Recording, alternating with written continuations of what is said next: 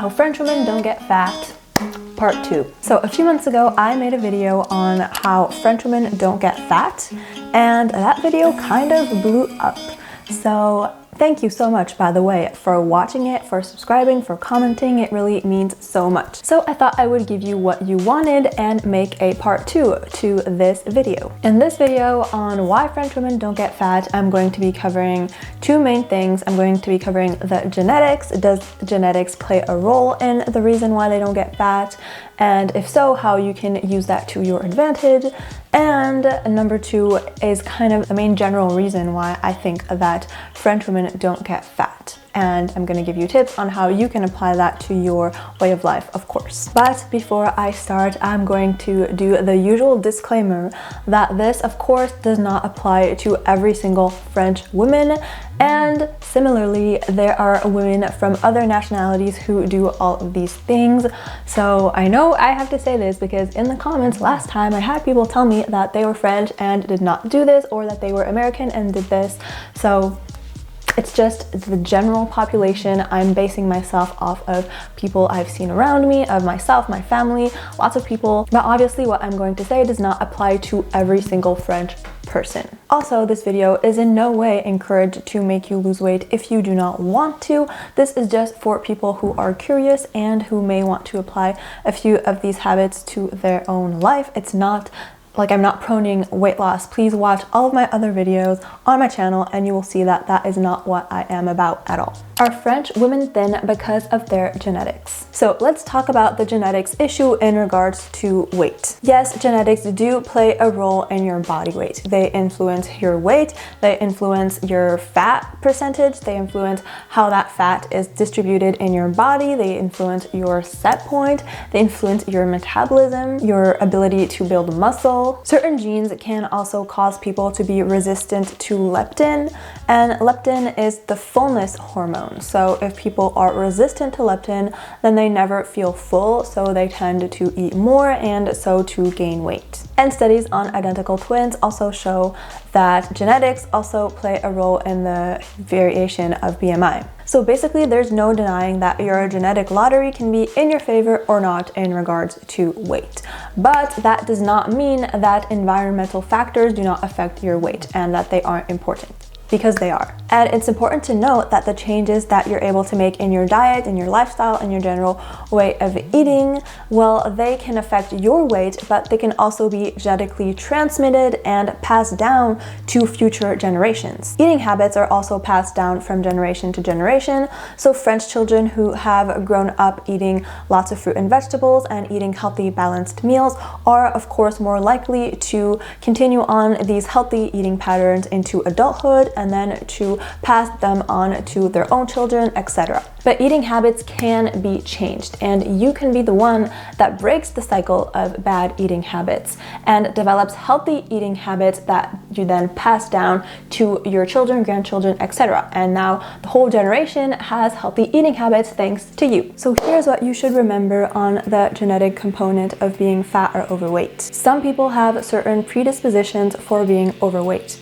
It is not your fault, and you should not punish yourself for it. Just like some people are going to be taller, or some people are going to run faster, some people are going to be thinner naturally. It's just genetics. But this does not mean that all hope is lost for you and that you should give up on healthy eating and losing weight. There are definitely things you can do to lose weight and to develop healthier eating habits. Like you can go watch all of my videos.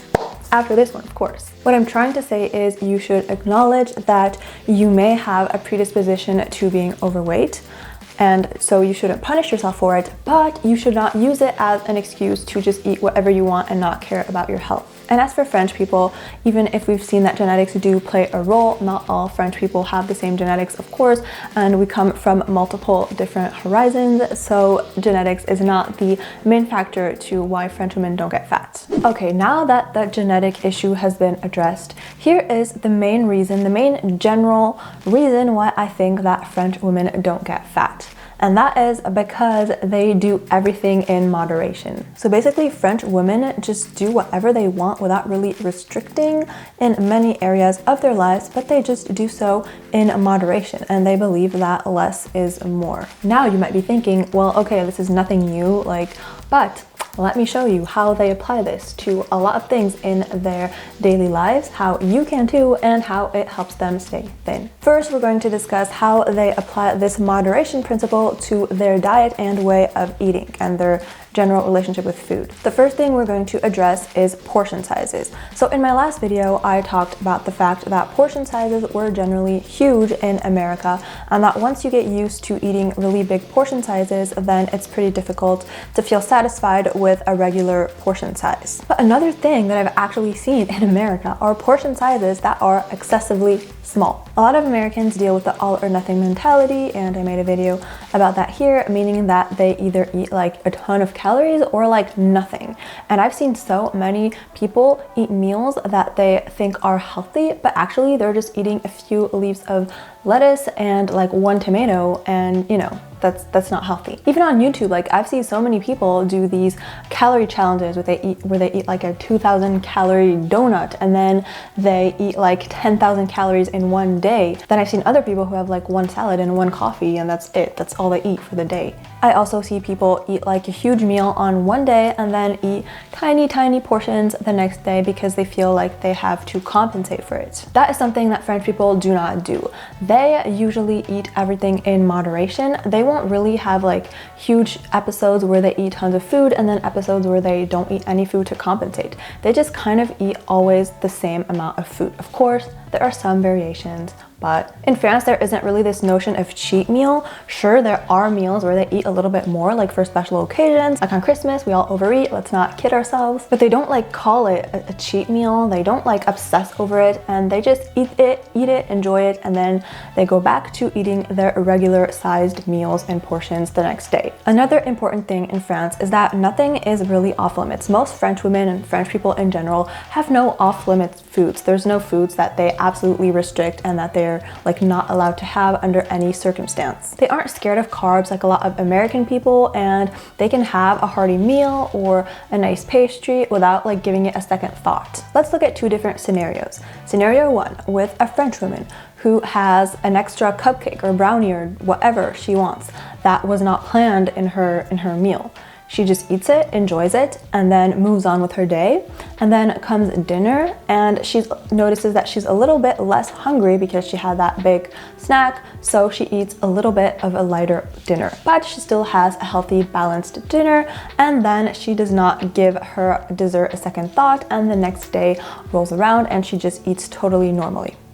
Now, scenario number two, which is mainly what happens for American women, they eat that donut, that brownie, whatever. Then they obsess over the fact that they were not supposed to eat it, and now their whole diet plan is ruined, and that they might as well eat like an entire box of cookies for dinner because, you know, might as well just do it. Or what could also happen is that they decided to starve themselves for dinner to compensate for the cookie that they ate and have like a detox soup, and then they end up binging during the night because they're so hungry. So the outcome is the same, it is not healthy. For French women, the fact that they allow themselves to eat whatever food they want and that they don't have any specific food item that is off limits makes them crave these items less. And so they don't want to binge on them when these items are available to them because they know that they're allowed to eat these items whenever they feel like it. Another important thing is that French people don't excessively track their calories or their macronutrients. They aren't really a fan of measuring out and tracking every single thing that they eat. French people generally have a good idea of the different macronutrients that they should be having and how to create a healthy and balanced plate. They can easily tell which portions they should be eating for their body because they're used to being in tune with their hunger and fullness cues, and they know how much they should be eating based off of their own body and appetite and not off of measurements that they read from books. We would also rather eat a high quality small meal rather than a low quality big meal. We would rather bake our own cookies from scratch and only have a couple of them for dessert or a snack rather than go buy a huge box of cookies from the store and eat all of them in front of the TV. We can get excited over a very small plate of food if it looks really pretty and appetizing, and if the foods look healthy and there's a different variety of interesting things to eat. Whereas again, I feel like American people only feel satisfied when they see these huge meal portions coming in, like it has to be excessive. Whereas in France, we kind of associate things being in huge quantities with like low quality. So again, less is more. Now let's talk about how they apply this everything in moderation principle to their lifestyle. In France, physical activity is really seen as something that is pleasurable, that they do kind of for fun, also because it's healthy, but there's really this enjoyment to it. For a lot of American people, being healthy and active equals going to the gym every single day, whereas a lot of French people engage in more moderate forms of physical activity and they don't really feel the need to go every day, and they really see it as something that is a pleasure, something that is pleasurable, rather than kind of a chore that they have to do because they have to maintain their body weight or lose weight. Not saying that it is never a pleasure for American people, but often I see that the main goal is to lose weight or build muscle or get toned or whatever. And for French people, physical activity, the main goal is to do something that they enjoy and also, you know, something that's good for their body, but not in like direct link to weight loss. A lot of French people engage in different sports, not necessarily going to the gym, and they do so just because they think that it is fun and they don't really think about weight. A lot of French women also don't enjoy like super extreme exercising, and they would rather engage in something more gentle for their body and their muscles, but that still enables them to maintain like a slim and toned figure. I know that my mom, for instance, doesn't like putting too much stress on her body. She doesn't like exercising to the extreme or pushing herself too much, and I know that a lot of French women especially, are like that. In the pre-COVID days, I used to dance. I used to dance twice a week, once or twice a week, and take dancing lessons, and I loved it so much, and I always did it because I enjoyed it and not because I wanted to lose weight. Also, French people don't have this mentality of exercising to like punish themselves for eating too much, or exercising because they know that they're going to have like a big meal later on and they want to earn the right to eat. Like, we don't really do that at all, and I know that that is something that a lot of American people do. In terms of getting pampered and ready, French women like to take care of themselves on a daily basis. They like to look put together and elegant, but like not overly sophisticated and overly like prepared. You won't really see a huge difference between a way a French woman looks on the daily and for a special occasion. This is different than a lot of American women who go to the grocery store in like sweatpants and a messy bun, or who go full glam for a special occasion and have a super sophisticated outfit and hairdo and like tons of makeup. Also, most French women don't have like a fancy 10-step skincare routine or have like 50 different hair products. Again, less is more. Again, this is not all French women, obviously, and not all American women, obviously.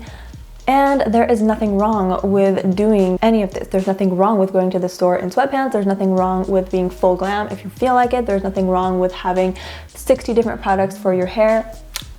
Nothing wrong with it. So all of this doesn't directly affect a French woman's weight, of course, but it's totally in the mindset. They enjoy getting ready, but like they don't put excessive energy into it, just like they enjoy eating healthily and they enjoy taking care of their bodies, but they don't obsess over it. Moderation, guys, moderation. Another thing I wanted to address that was pointed out in the comments was the smoking situation for French women. Yes, French people smoke more. Around 33% of French adults smoke, whereas only about 22% of adults smoke in the United States. And yes, smoking is associated with lower weights. But smoking has so many other terrible effects on your health, so please do not let the fear of weight gain prevent you from quitting.